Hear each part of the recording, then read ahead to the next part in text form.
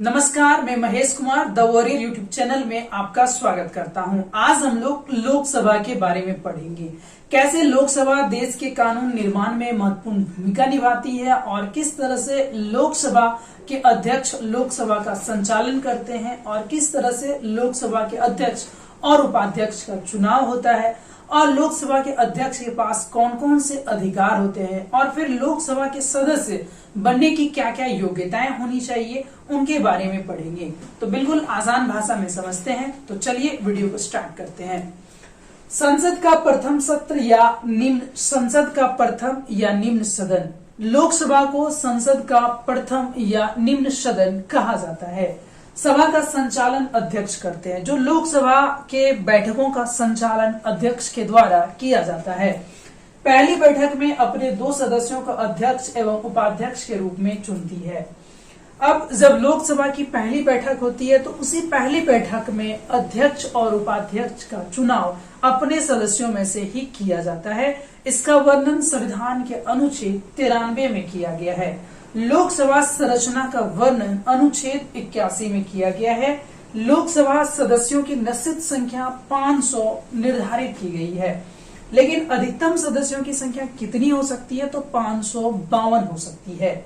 और राज्यों से निर्वाचित संख्याएं 530 हैं, यानी जो भारत के 28 राज्य हैं उनमें से 530 सदस्यों का निर्वाचन होता है और जो 20 सदस्य हैं वे केंद्र शासित प्रदेश से चुनाव चयन होकर के आते हैं। राष्ट्रपति द्वारा मनोनीत सदस्यों की संख्या 2 है, यानी राष्ट्रपति लोकसभा में 2 सदस्यों को मनोनीत कर सकता है, अपने हिसाब से चुनाव कर सकता है। वर्तमान समय में सदस्यों की संख्या 545 है। अभी वर्तमान समय में लोकसभा में सदस्यों की संख्या 545 है। अनुसूचित जातियों के लिए आरक्षित स्थान 84 है। अभी लोकसभा में अनुसूचित जाति के लिए आरक्षित स्थान 84 है, यानी ऐसे 84 लोकसभा क्षेत्र हैं जहां से अनुसूचित जनजाति का जो सीट है वो रिजर्व है, यानी वहां से सिर्फ अनुसूचित जाति ही चुनाव लड़ सकते हैं। अनुसूचित जनजातियों के लिए आरक्षित स्थान 47 है, यानी 47 लोकसभा क्षेत्र ऐसे हैं जहां से सिर्फ अनुसूचित जनजाति ही चुनाव लड़ सकते हैं। और इसका वर्णन संविधान के अनुच्छेद 330 में किया गया है। 84वें संविधान संशोधन 2001 के द्वारा लोकसभा एवं विधानसभा सीटों को 2026 तक यथावत रखने का प्रावधान किया गया है।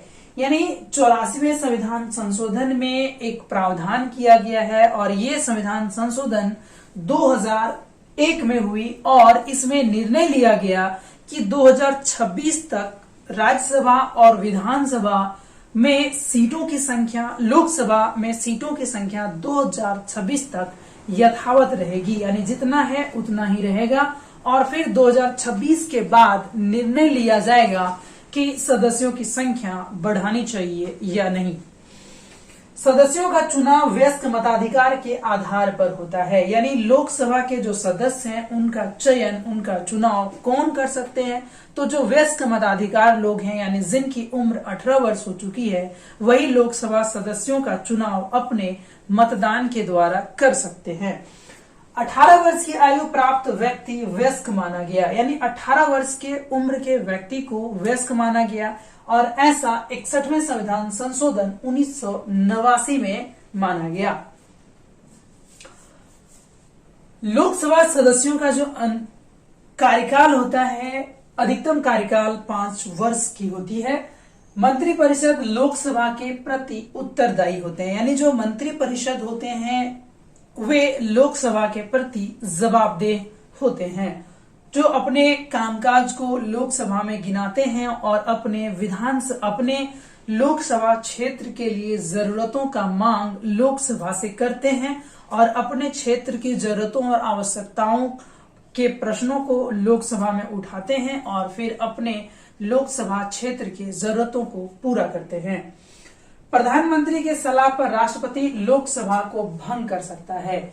अगर यदि प्रधानमंत्री राष्ट्रपति को सलाह दे कि लोकसभा को भंग करने की जरूरत है, लोकसभा सही ढंग से नहीं चल रहा है, अपना कामकाज अच्छे से नहीं हो पा रहा है तो फिर राष्ट्रपति प्रधानमंत्री की सलाह पर लोकसभा को भंग कर सकता है। अभी तक 8 बार लोकसभा भंग हो चुका है।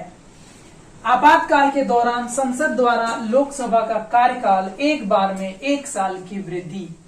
अब अगर यदि किसी कारणवश देश में आपात स्थिति उत्पन्न होती है या आपातकाल इमरजेंसी लगाया जाता है तो उस दौरान लोकसभा के कार्यकाल को एक बार में 1 साल बढ़ाया जा सकता है। 1976 में कार्यकाल 2 बार बढ़ाया गया। अब ऐसा अभी तक 2 बार हुआ है। 1976 में लोकसभा के कार्यकाल को 1 साल करके 2 बार बढ़ाया जा चुका है। लोकसभा और राज्यसभा का अधिवेशन राष्ट्रपति द्वारा बुलाया और स्थगित किया जाता है। जो लोकसभा और राज्यसभा का अधिवेशन है उसे राष्ट्रपति के द्वारा बुलाया जाता है और राष्ट्रपति के द्वारा स्थगित किया जाता है। लोकसभा की 2 बैठकों में 6 माह से अधिक का अंतर नहीं होना चाहिए। अब लोकसभा के जो समय है, कार्यकाल है या जो उनके 1 साल का जो वित्तीय वर्ष होता है उस दौरान 2 बैठकों के बीच 6 माह से अधिक का अंतर नहीं होनी चाहिए। गणपूर्ति या कोरम कुल सदस्य संख्या 10वां भाग यानी 55 सदस्य हैं। अब लोकसभा सत्र का संचालन या लोकसभा का बैठक संभव हो सकता है जब कम से कम 10वां भाग यानी जितने भी सदस्य हैं उनमें से अगर यदि 10वां भाग सदस्य मौजूद हैं तो बैठक संचालित किया जा सकता है। यानी लगभग 55 सदस्य उपस्थित होने पर बैठक किया जा सकता है। अब लोकसभा सदस्य बनने के लिए क्या क्या योग्यताएं होनी चाहिए उनके बारे में जानेंगे। वह व्यक्ति भारत का नागरिक हो, यानी जो सदस्य लोकसभा का सदस्य बनना चाहता हो उसे भारत का नागरिक होना होगा। उसकी आयु 25 वर्ष या इससे अधिक होनी चाहिए। अब जो सदस्य बनेंगे उसकी उम्र 25 वर्ष या 25 वर्ष से अधिक होनी चाहिए। कोई सरकारी पद पर ना हो, यानी जो सदस्य लोकसभा का सदस्य बनने योग्य हो या बनना चाहता हो वह किसी भी सरकारी पद पर या सरकारी लाभ पर आसीन न हो। वह पागल या दिवालिया न हो, यानी जो सदस्य होंगे वह पागल या दिवालिया नहीं होना चाहिए। अगर वो पागल हो या दिवालिया होगा तो फिर अपने सदस्य की जो भूमिका है वे कैसे अदा करेंगे। संयुक्त अधिवेशन की व्यवस्था संविधान के अनुच्छेद 108 में किया गया है। राष्ट्रपति द्वारा संयुक्त अधिवेशन बुलाया जा सकता है। इसके लिए 3 स्थिति है। पहला स्थिति कौन सा है जानने का प्रयास करते हैं। दूसरे सदन द्वारा विधेयक अस्वीकार कर दिया गया हो। अगर पहले सदन में विधेयक पास हो गया हो और दूसरे सदन में उस विधेयक को अस्वीकार कर दिया गया हो, ये पहला स्थिति। दूसरा स्थिति विधेयक पर किए जाने वाले संशोधनों में दोनों सदनों की असहमति। अगर कोई विधेयक ऐसा है जिस पर संशोधन होना है और उन दोनों सदनों में संशोधनों में असहमति है तो ऐसे स्थिति में भी संयुक्त अधिवेशन होता है। दूसरे सदन को विधेयक प्राप्त होने की तारीख से उसके द्वारा विधेयक पारित किए बिना 6 महीने से अधिक बीत गया हो। अगर एक सदन से विधेयक पारित हो जाता है और दूसरे सदन को विधेयक प्राप्त हो जाता है और उस तारीख से अगर 6 महीना से अधिक बीत गया हो और उसे पारित नहीं किया हो तो इस स्थिति में संयुक्त अधिवेशन किया जाता है। संयुक्त अधिवेशन की अध्यक्षता लोकसभा अध्यक्ष द्वारा किया जाता है। जो संयुक्त अधिवेशन है उनकी अध्यक्षता लोकसभा के अध्यक्ष करते हैं और इसका उल्लेख संविधान के अनुच्छेद 118 के 4 में किया गया है। अध्यक्ष या उपाध्यक्ष की अनुपस्थिति में संयुक्त बैठक की अध्यक्षता राज्यसभा के उपसभापति करते हैं। अगर अध्यक्ष अनुपस्थित हो तो उनकी अनुपस्थिति में उपाध्यक्ष लोकसभा के अध्यक्ष के रूप में संचालन करते हैं और अगर उपाध्यक्ष भी अनुपस्थित हो तो इन दोनों की अनुपस्थिति में राज्यसभा के जो उपसभापति हैं उनके द्वारा संचालन किया जाता है। एक दिन में तारांकित प्रश्नों की अधिकतम संख्या 20 होती है। यानी लोकसभा के बैठक के दौरान एक दिन में अधिकतम 20 प्रश्नों पर डिस्कस किया जाता है। धन विधेयक के संबंध में लोकसभा का निर्णय अंतिम होता है। अब अगर यदि कोई विधेयक धन विधेयक है और उस पर कोई निर्णय लिया जाना है और जो निर्णय लिया जाता है उसका अंतिम निर्णय लोकसभा के द्वारा ही होता है। अध्यक्ष उपाध्यक्ष तथा उपाध्यक्ष अध्यक्ष को त्याग पत्र देता है। अगर अध्यक्ष को अपना पद छोड़ना हो तो उपाध्यक्ष को त्याग पत्र सौंप सकता है और उपाध्यक्ष को त्याग पत्र देना हो तो वे अध्यक्ष को त्याग पत्र सौंप सकता है। अध्यक्ष के रूप में नहीं बल्कि सामान्य सदस्य के रूप में शपथ लेता है। अगर कोई अध्यक्ष बनता है, लोकसभा के अध्यक्ष बनते हैं और उनका जो शपथ ग्रहण होता है वे एक सामान्य सदस्य के रूप में होता है, न कि अध्यक्ष के रूप में। 14 दिन पूर्व सूचना देकर सदस्यों के बहुमत पारित संकल्प द्वारा अध्यक्ष तथा उपाध्यक्ष को हटाया जा सकता है। 14 दिन पहले अध्यक्ष और उपाध्यक्ष को सूचना दी जाती है और उसके बाद लोकसभा के सदस्यों के बहुमत पारित संकल्प के द्वारा उनको हटाया जाता है। अध्यक्ष और उपाध्यक्ष को हटाया जाता है।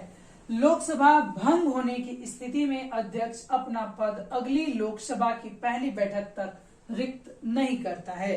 अगर लोकसभा भंग हो जाता है और इस स्थिति में जो लोकसभा के अध्यक्ष होते हैं वे अपने पद को अगली लोकसभा की बैठक तक रिक्त नहीं करता है, यानी अपना पद नहीं छोड़ता है। अध्यक्ष की उपस्थिति में उपाध्यक्ष, उपाध्यक्ष की उपस्थिति में राष्ट्रपति द्वारा बनाए गए 6 वरिष्ठ सदस्यों के पैनल का कोई व्यक्ति सभा का संचालित करते हैं। अब अध्यक्ष की उपस्थिति में उपाध्यक्ष और उपाध्यक्ष की उपस्थिति में राष्ट्रपति के द्वारा बनाए गए 6 सदस्यों का पैनल में से कोई एक सदस्य लोकसभा के बैठकों का संचालन करता है। अध्यक्ष के कार्य एवं अधिकार। अब लोकसभा के अध्यक्ष के पास कौन कौन से कार्य होते हैं, करने होते हैं, या उनके पास कौन कौन से अधिकार होते हैं उनके बारे में जानते हैं। सदस्यों के प्रश्नों को स्वीकार, नियमित या नियम के विरुद्ध घोषित करना। अब संसद के जो सदस्य हैं वे सदस्यों के प्रश्नों को लेते हैं और यानी प्रश्नों को स्वीकार करना है और फिर प्रश्नों को नियमित करना है और उनके प्रश्नों को नियम के विरुद्ध भी घोषित करता है। यानी संसद के जो सदस्य होते हैं उनके द्वारा जो प्रश्नों पर डिस्कस होने के लिए जो बात की जाती है तो उन प्रश्नों को अध्यक्ष स्वीकार करते हैं, उनको नियमित करते हैं और फिर उनको अगर कोई ऐसे भी प्रश्न हो जिन्हें जो नियम के विरुद्ध हो उनको नियम के विरुद्ध भी घोषित करते हैं।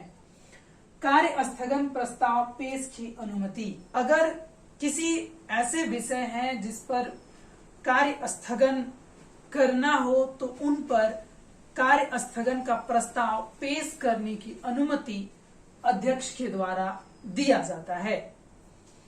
विचाराधीन विधेयक पर बहस रुकवाना। अगर कोई ऐसे प्रश्न हैं जिन पर कोई विचार या विमर्श नहीं किया जा सकता है तो ऐसे विचाराधीन विधेयक पर विषयों पर अध्यक्ष बहस रुकवा सकता है। सदस्यों को भाषण देने की अनुमति और क्रम और समय का निर्धारण। अब अध्यक्ष के पास अधिकार होता है कि वे सदस्यों को भाषण देने की अनुमति दे सकता है और फिर उनके भाषणों का क्रम निर्धारित कर सकता है और उनके भाषणों का समय भी निर्धारित कर सकता है। विधेयक व प्रस्ताव पर मतदान करवाना व परिणाम की घोषणा। कोई विधेयक या कोई प्रस्ताव, उस प्रस्ताव पर अध्यक्ष मतदान करवा सकता है और मतदान करवाने के बाद उन मतदान का परिणाम भी घोषित करता है। अध्यक्ष का अगला अधिकार। विधेयक और प्रस्ताव पर मतों की समानता पर निर्णायक मत देना। अगर कोई ऐसा विधेयक या प्रस्ताव है जिस पर पक्ष और विपक्ष का दोनों का मत इक्वल हो जाता है, बराबर हो जाता है, तो अध्यक्ष अपना मत देकर उसे निर्णायक रूप दे सकता है, एक अंतिम रूप दे सकता है। संसद व राष्ट्रपति के बीच होने वाला पत्र व्यवहार करना। संसद व राष्ट्रपति के बीच जो पत्र होता है उसको व्यवहार में लाता है, उसे सार्वजनिक करता है। कोई विधेयक धन विधेयक है या नहीं निर्णय करना। अध्यक्ष निर्णय लेते हैं कि कोई विधेयक धन विधेयक है या नहीं। अध्यक्ष द्वारा प्रमाणित धन विधेयक पर न्यायालय, संसद या राष्ट्रपति द्वारा विचार नहीं किया जाएगा। अब अगर यदि किसी विधेयक को अध्यक्ष प्रमाणित कर चुका है कि धन विधेयक है, तो उस पर न्यायालय, संसद या राष्ट्रपति उस पर विचार नहीं करेंगे। उसके बाद आगे कुछ जानते हैं। अध्यक्ष के द्वारा अध्यक्ष के आज्ञा से विधेयक गजट में प्रकाशित होने पर उस पर प्रस्ताव की आवश्यकता नहीं होती है। अध्यक्ष के आज्ञा से अगर यदि कोई विधेयक प्रकाशित हो चुका है, गजट में प्रकाशित हो चुका है, तो उस पर अलग से प्रस्ताव की आवश्यकता नहीं होती है। लोकसभा में विपक्ष के नेता को कैबिनेट स्तर के मंत्री की सुविधा मिलती है। अब लोकसभा में जो विपक्ष के नेता होंगे उसको कैबिनेट स्तर के मंत्री के समान सुविधा दी जाती है। प्रथम लोकसभा का कार्यकाल 17 अप्रैल 1952 से 4 अप्रैल 1957 तक रहा। प्रथम लोकसभा का कार्यकाल 17 अप्रैल 1952 से लेकर के 4 अप्रैल 1957 तक रहा और लोकसभा के प्रथम अध्यक्ष जीवी मावलंकर और लोकसभा के प्रथम उपाध्यक्ष अनंत सैनम रहे। संसद सदस्यों की योग्यता अयोग्यता की निर्णय चुनाव आयोग की सलाह पर राष्ट्रपति करता है। संसद के सदस्यों का जो निर्णय है, योग्यता और अयोग्यता का निर्णय चुनाव आयोग सलाह देते हैं और उसी सलाह के अनुसार राष्ट्रपति करते हैं। एक समय में एक व्यक्ति केवल एक ही सदन का सदस्य हो सकता है। अब एक समय में एक ही व्यक्ति जो है, एक व्यक्ति एक सदन का सदस्य हो सकता है। ऐसा नहीं हो सकता कि एक व्यक्ति दोनों सदन का सदस्य हो, ऐसा नहीं हो सकता है। सदन की अनुमति के बिना 60 दिनों से अधिक की अनुपस्थिति पर सदस्यता खत्म कर सकता है। अब संसद के पास अधिकार है कि अगर यदि कोई सदस्य सदन में अनुपस्थित रहता है लगातार 60 दिनों तक, तो उनकी सदस्यता को खत्म कर सकता है। इसका उल्लेख संविधान के अनुच्छेद 101 के 4 में है। सदस्यों को बैठक के पूर्व या बाद के 40 दिनों की अवधि के दौरान गिरफ्तारी से सिविल मामले में छूट। अगर कोई सदन का बैठक शुरू होने वाला हो या बैठक के 40 दिनों तक संसद सदस्य पर कोई मामला हो, सिविल मामला हो, तो उसे छूट है, गिरफ्तार नहीं किया जा सकता है। लेकिन अगर आपराधिक मामला हो तो संसद के सदस्य को गिरफ्तार किया जा सकता है। भूतपूर्व संसद सदस्यों के पेंशन व्यवस्था 1976 से लागू। अब जो भूतपूर्व संसद हैं उनके सदस्यों को पेंशन मिलेगा, इसकी व्यवस्था 1976 से किया गया।